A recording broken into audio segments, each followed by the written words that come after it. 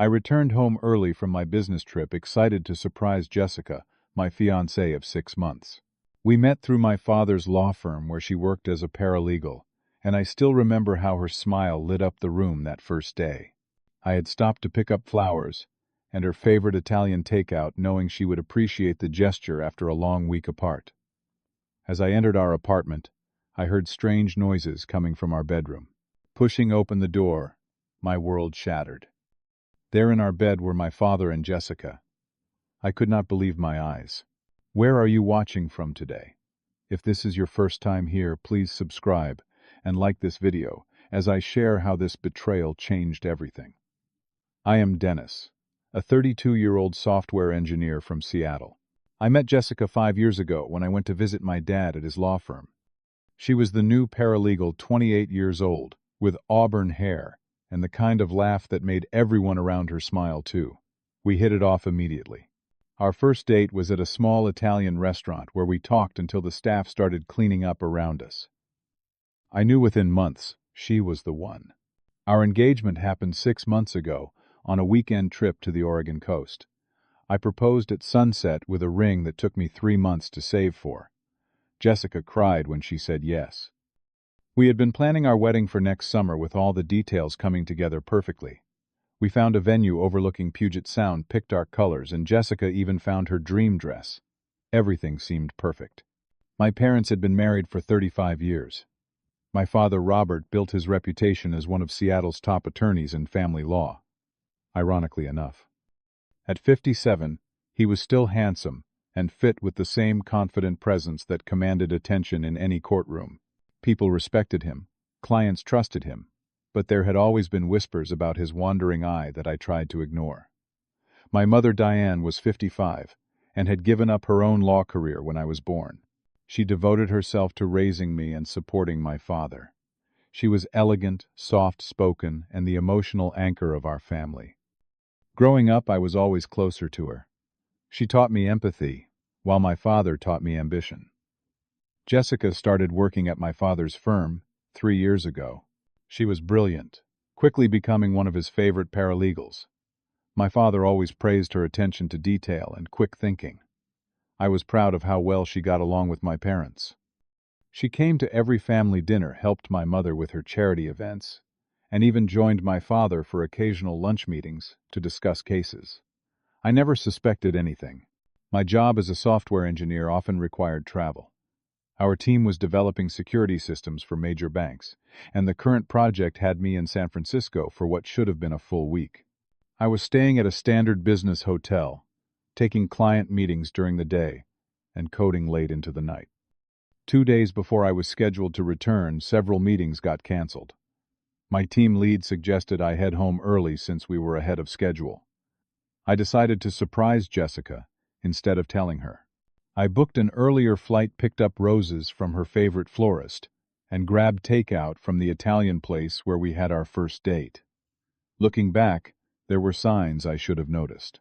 Jessica had become less intimate over the past few months, claiming stress from work. Her phone would ding at odd hours and she would take calls in another room. My father had been stopping by our apartment more frequently, claiming he wanted to mentor Jessica more closely for an upcoming promotion. I was blind to it all. The day everything fell apart started with such normal routines. I caught an early morning flight from San Francisco, landing in Seattle around 11 in the morning. I took an Uber home, stopping for the flowers and food. I was excited to see the look on her face when I walked through the door. When I entered our apartment, I immediately noticed something was off. An unfamiliar coat hung by the door, expensive, and definitely not mine. I heard muffled sounds coming from our bedroom. My first thought was that Jessica might be watching something on her laptop, maybe taking a sick day from work. I walked quietly down the hallway, the takeout bag still in one hand, flowers in the other. The bedroom door was partially closed. The sounds became clearer, unmistakable. My stomach dropped. I pushed the door open with my foot. Time seemed to slow down. On our bed, the one we picked out together at that furniture store in Capitol Hill, were my father and Jessica. They were so engaged in each other, they did not notice me at first. I stood frozen, unable to process what I was seeing. The flowers slipped from my hand, hitting the hardwood floor with a soft thud. Jessica noticed first. Her eyes widened in horror as she scrambled to cover herself. My father turned his face, shifting from pleasure to shock in an instant. I could not move, could not speak. The room was spinning. Dennis, my father, finally broke the silence, his voice eerily calm. This is not what it looks like. The absurdity of his statement snapped me back to reality. Not what it looks like. They were naked in my bed. The bed I shared with my fiancé. Jessica was crying now. It just happened, Dennis. I am so sorry. We never meant to hurt you. Something broke inside me. Rage flooded every cell in my body. The takeout bag dropped to the floor as I lunged toward my father. He was still trying to get dressed, vulnerable and off balance. My fist connected with his jaw with a sickening crack. 35 years of looking up to him, trying to make him proud, shattered with that first blow. He stumbled back but did not fall. Blood trickled from his lip. Son, stop. Let me explain. I hit him again, harder this time. And again. Years of pent-up resentment fueled each punch. All the times he missed my games for work. The disappointed looks when I chose computer science over law. The subtle ways he undermined my confidence. Jessica was screaming now, trying to pull me off him. I pushed her away, not hard, but enough that she fell back onto the bed. Do not touch me, I growled. My father tried to fight back, landing a glancing blow to my ribs. But he was older, and I had the advantage of rage. We crashed into the dresser, knocking over lamps and framing photos of happier times. Someone was pounding on the wall. Our neighbors must have heard the commotion. I did not care. I grabbed my father by his shirt collar. Get out, I hissed through clenched teeth. Get your clothes and get the hell out of my house. I dragged him toward the door, his face bloody and swollen.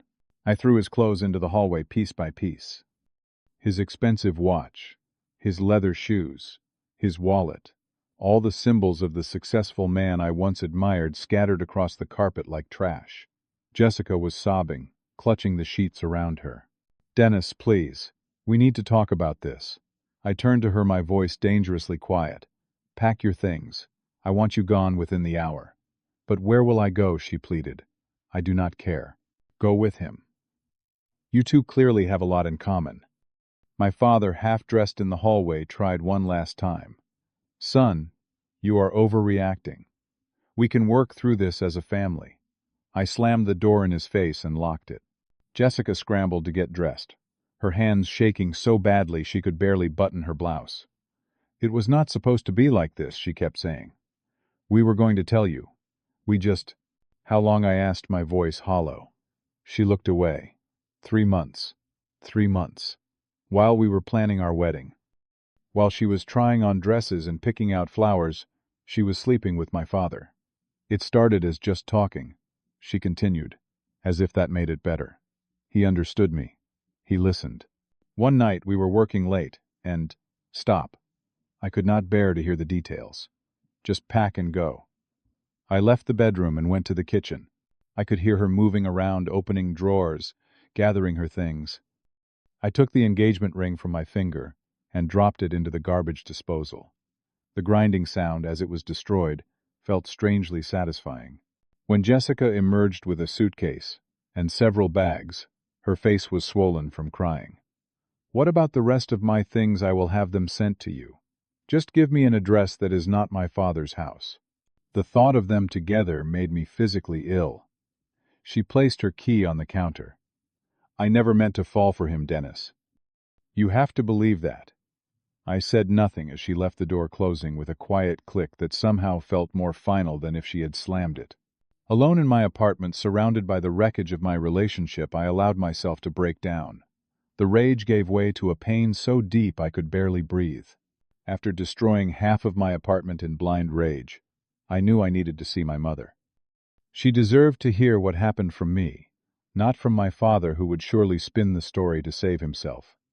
I splashed cold water on my face, wincing at my reflection. My knuckles were raw and bloody, my eyes wild. The drive to my parents' suburban home took 40 minutes. Every mile my determination grew stronger. My mother would believe me. She would understand. She had always been my ally. I pulled into their driveway around 4 in the afternoon. The house looked exactly as it always had, a beautiful craftsman-style home with perfectly maintained gardens. It seemed impossible that something so familiar could exist when my entire world had just imploded. I knocked instead of using my key. My mother answered, her smile fading instantly when she saw my condition. "Dennis, what happened to you?" She pulled me inside, maternal instinct taking over as she examined my injured hands. "Mom, I need to tell you something." My voice cracked. We sat at the kitchen table where we had shared countless meals as a family. "It is about Dad and Jessica." Her eyes filled with concern. "Are you all right? You look terrible." I told her everything. Finding them together, the fight, throwing them both out. With each word I watched her face change. Shock, disbelief, then something else I could not quite read. "That cannot be right," she said finally. "Your father would never do that. There must be some misunderstanding." "Mom, I saw them. In my bed. There is no misunderstanding." Before she could respond, her phone rang. She glanced at the screen. "It is your father. Do not answer it," I pleaded. She hesitated, then stood. "I need to take this. Just wait here." She left the room, but I could hear her voice rising and falling from the study. 5 minutes passed. 10. When she returned, something had changed. Her posture was stiffer, her eyes harder. "Your father told me what really happened," she said, her voice unnervingly calm. "He said he went to your apartment to counsel Jessica. She has been having doubts about the wedding. He said you came home unexpectedly and jumped to conclusions. That you attacked him without letting him explain." I stared at her in disbelief. "And you believe that he said you have been under tremendous stress at work, that you have been acting irrationally for weeks?" Jessica confirmed it. The betrayal hit me harder than any physical blow could have. They were having sex in my bed. "Mom, how can you believe this garbage?" Her expression hardened further. "Watch your language in my house. Your father is on his way to the emergency room because of what you did. He might have a broken jaw." "Good," I spat. "He deserves worse." She flinched as if I had struck her. "I do not know who you are right now. This is not the son I raised. And that man is not the husband you think you know," I was shouting now. "He has been sleeping with my fiancé. He has probably been cheating on you for years." Her hand connected with my cheek in a sharp slap. "Enough. You have always been jealous of your father's success, always resented how hard he worked to provide for this family. And now you make these disgusting accusations." I touched my stinging cheek, stunned. My mother had never hit me before. Never. "Remember when you were 16? She continued, her voice shaking. "And you accused your father of cheating then too, with his assistant. You had no proof then either. Just wild stories." "Because it was true," I protested. "Marissa quit because of him. Everyone at the firm knew. You need help, Dennis. Professional help. I want you to apologize to your father and Jessica. We can find you a good therapist. Work through these issues you have." I stood up so quickly my chair fell backward. "I am not apologizing to anyone. They destroyed my life, and you are taking their side. Dennis, please. Your father loves you. We both do. But this behavior has to stop. You know what has to stop. This family's dedication to preserving appearances over truth. Dad is not the man you think he is. And if you choose to stay blind to that, I cannot be around you either." I walked toward the door. She followed, her anger shifting to panic. "Where are you going, Dennis? Do not leave like this. We need to talk this through." I turned back one last time. There is nothing left to talk about. As far as I am concerned, I do not have parents anymore. I drove away with her standing in the doorway calling my name. That night I changed my phone number. I blocked both my parents on every social media platform. I emailed my father's firm to say I never wanted to hear from Jessica again. I was completely alone. The next few weeks passed in a blur of rage and depression. I took leave from work claiming a family emergency. I barely ate, barely slept. Friends tried to reach out, but I pushed them away too. A few believed my story, but others thought I was overreacting. After all, my father was respected in the community. Who would believe he would do something so despicable? Jessica tried to contact me through mutual friends. She sent a letter full of apologies and explanations that I burned without reading. I heard she had moved out of Seattle, though I did not know or care where she went. I hoped it was far away. I threw myself into work when I returned, taking on the most complex projects to keep my mind occupied. I started therapy, not because my mother suggested it, but because I knew I needed help processing the trauma. I moved apartments, unable to sleep in the same bedroom where I found them. Slowly, painfully, I began to rebuild my life, alone but on my own terms. 6 months passed without any contact with my family. No calls, no texts, no holiday gatherings. It was the longest I had ever gone without speaking to my mother. Despite the pain she caused me, there were days I missed her terribly. But I held firm to my decision. I focused on healing. My therapist helped me understand that my anger was justified, but I could not let it consume me forever. I threw myself into new hobbies. I joined a boxing gym to channel my aggression. I reconnected with friends who had stood by me. I even went on a few casual dates, though I made it clear I was not ready for anything serious.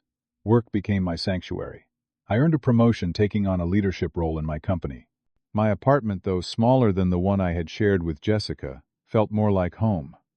I was starting to believe I could move past the betrayal. Then came the call that changed everything again. It was a Tuesday evening in October. My phone rang, displaying an unknown number.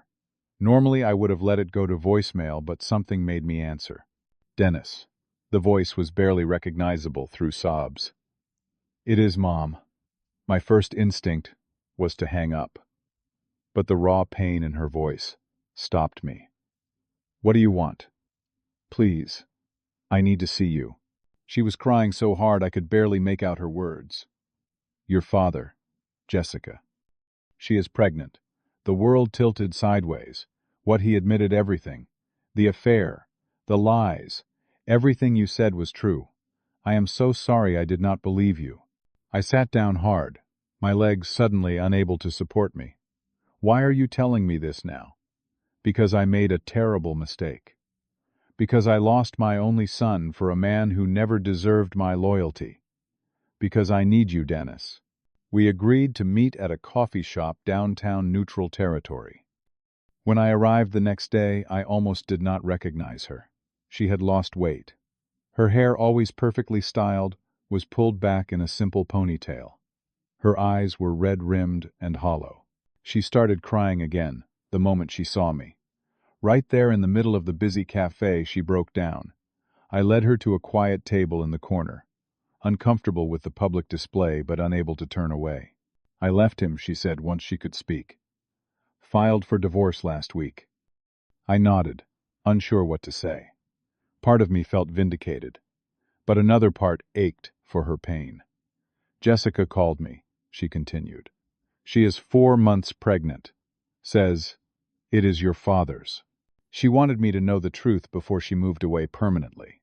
4 months. That meant the baby was conceived while Jessica and I were still together, while we were planning our wedding. "He denied it at first," my mother said, staring into her untouched coffee. "Then he admitted to the affair, but said the baby could not be his. When I pressed him, the whole story came out. It was not just Jessica. There were others over the years. Like Marissa," I said quietly. She nodded, fresh tears spilling. "And others. So many others. I was such a fool, Dennis. Such a blind, devoted fool. Why did you believe him over me?" The question had haunted me for months. She took a shuddering breath. "Because believing you meant accepting that my entire life was a lie. That the man I gave everything to had betrayed me in the worst possible way. It was easier to think you were wrong." She reached for my hand across the table. "I chose comfort over truth. Over you. I will regret that for the rest of my life." I did not pull away, but I did not squeeze back either. I needed you, Mom. When everything fell apart, I needed my mother. "I know." Her voice broke. "I failed you completely. I do not expect forgiveness. I just wanted you to know that I know the truth now. And I am so, so sorry." We sat in silence for a long time. The coffee shop bustled around us, people going about their normal lives unaware of the painful reconstruction happening at our little table. "What happens now?" I finally asked. "I am moving to Portland. Your Aunt Carol has a guest house. I need a fresh start." She hesitated. "I would like to try to rebuild our relationship if you are willing. Phone calls, occasional visits, whatever you are comfortable with. I considered this. I do not know if I can forgive you yet, but I am willing to try." Relief flooded her face. "That is more than I deserve." As we prepared to leave, she mentioned my father had been trying to contact me too. "He wants to explain himself," she said. "I have nothing to say to him," I replied firmly. "And I do not want to hear anything he has to say either." She nodded in understanding. For what it is worth, I think that is the right decision. Over the following months, my mother and I began the slow process of rebuilding trust. Weekly phone calls became dinner every other week. I learned about her new life in Portland, the part-time job she had taken at a bookstore, the therapy she was attending. She was discovering who she was outside of her role as wife, finding strength I had never seen in her before. Jessica had the baby, a boy, and moved to Chicago with her parents. My father was ordered to pay child support but had no involvement in the child's life. I felt sorry for the innocent baby born into such a mess, but the situation was too painful for me to think about for long. My father continued to try to contact me. Emails, voice messages through friends, even a letter delivered to my office. I returned them all unopened. Some wounds were too deep to heal. Through therapy and time, I came to understand that forgiveness did not have to mean reconciliation. I could forgive my father for my own peace, without allowing him back into my life. I could forgive Jessica without accepting her actions. And I could forgive my mother while still acknowledging the pain she caused. The hardest person to forgive was myself, for not seeing the signs, for bringing Jessica into our family, for the violent way I reacted that day. But slowly, I learned to be gentler with myself too. 1 year after the day that shattered my world, I sat on the shore of Puget Sound, watching the sunset alone.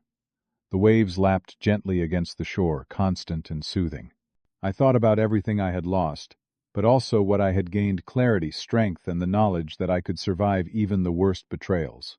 I had learned that sometimes the people who should love you the most are the ones who hurt you the deepest. I learned that standing up for yourself might mean standing alone. And I learned that family is not just about blood, but about who stands beside you when the world falls apart.